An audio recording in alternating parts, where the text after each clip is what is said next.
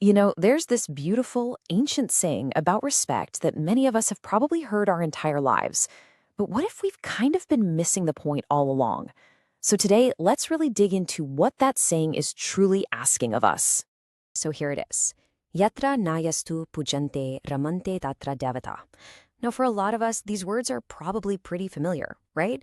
It's a cornerstone of wisdom that's been passed down for generations. And on the surface, it feels like this simple, beautiful truth. And the translation? Well, it's just as beautiful. Where women are worshipped, there the gods reside.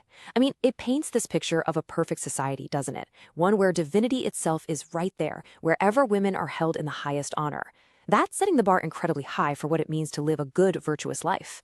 Okay, but this is where we have to get real. Look, most of us would probably say, yeah, I agree with that. But the real question, the tough one, is how much do we actually practice it? It's a bit of a challenging thought, for sure, but we've got to ask it. And her first instinct might be to jump up and say, of course we do. We show respect in public, right? We give gifts on birthdays and anniversaries. These are the obvious, visible things we do to turn that belief into action.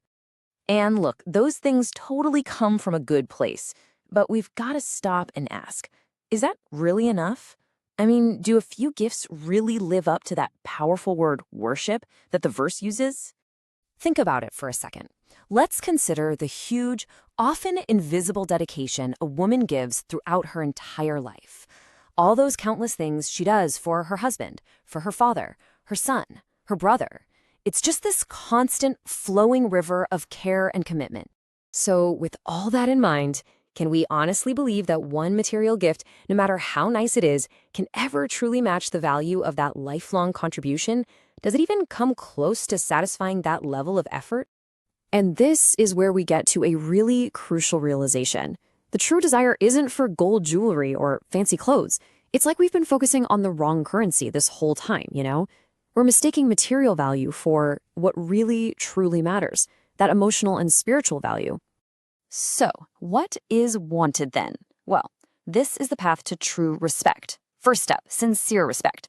And not just when people are looking, but in private too.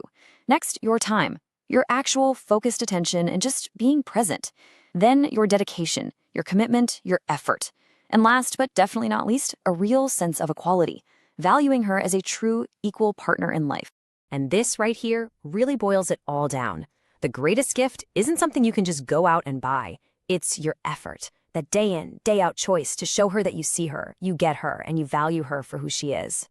When you get right down to it, all of these things, the respect, the time, the dedication, they're all pointing to one thing.